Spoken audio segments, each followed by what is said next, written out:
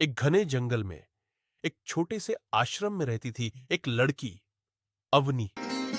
अवनी साधारण सी थी, लेकिन इतनी खूबसूरत कि दूर दूर तक कोई उसका मुकाबला नहीं कर सकता था। उसके साथ एक साधु बाबा रहते थे। अवनी उन्हें अपना पिता मानती थी। अवनी के असली माता पिता बचपन में आग में चले गए थे। तब से बाबा ने ही अवनी को पाला था। अवनी बाबा का पूरा ख्याल रखती थी। पूरा दिन वह आश्रम में रहती थी। हर जीव जंतु अवनी से प्रेम करता था, क्योंकि उसका मन और दिल बिल्कुल साफ था। एक दिन आश्रम के सामने एक रथ आया। रथ में बसी थी राजकुमारी रामा। रामा एक अप्सरा जैसी सुंदर और घमंडी रानी थी। रामा रथ से उतरी और बाबा को प्रणाम किया। बाबा ने अवनी से मिलवाया। अवनी मुस्कुराकर रामा से मिली। रामा अवनी को देखकर चौंक गई। इतनी खूबसूरत लड़की आश्रम में। रामा ने पूछा, तुम इस आश्रम में अपना दिन कैसे बिताती हो? अवनी बोली, मैं बाबा का ख्याल रखती हूं और ध्यान लगाती हूं।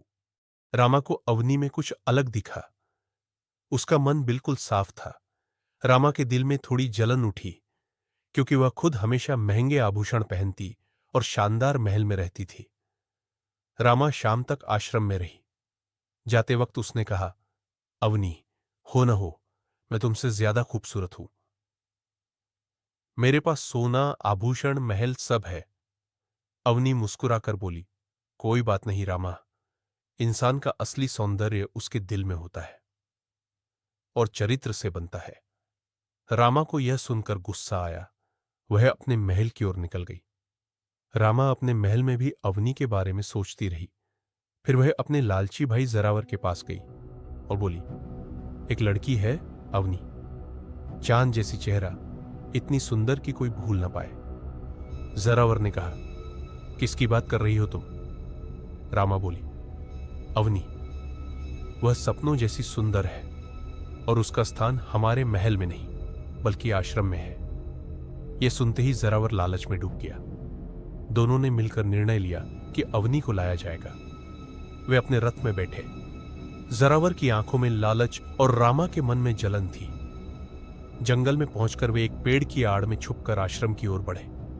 रामा अकेली आगे बढ़ी और आश्रम में पहुंचकर बोली, अवनी। अवनी ने रामा की आवाज सुनी और दौड़ते हुए आई। अवनी बोली, रामा, तुम आ गई, मैंने तुम्हें बहुत याद किया। रामा बोली, मैंने भी। दोनों ने एक दूसरे को गले लगाया। तभी रामा ने कहा, मैं तुम्हारे लिए एक तोहफा भी लाई हूं। अवनी ने कहा, दिखाओ। रामा के पीछे अवनी ने उसका भाई देखा और डर गई, क्योंकि वह बहुत विशाल था। अवनी हिचकिचाते हुए बोली, यह कौन है? रामा बोली, भाई, यही है। जरावर बोला, तुम्हारे बारे में बहुत सुना है, आओ मुझसे विवाह कर लो। इतना सुनते ही अवनी ने भागने की कोशिश की। जरावर ने उसका हाथ पकड़ लिया। रामा बोली, आज तक मैंने अपने से खूबसूरत किसी को नहीं देखा। तभी पूरे आश्रम में आग लग गई। सब डर गए। अवनी से एक अलग तरह की रोशनी निकलने लगी। वह धीरे धीरे गायब हो गई। पूरा महल जलकर राख हो गया।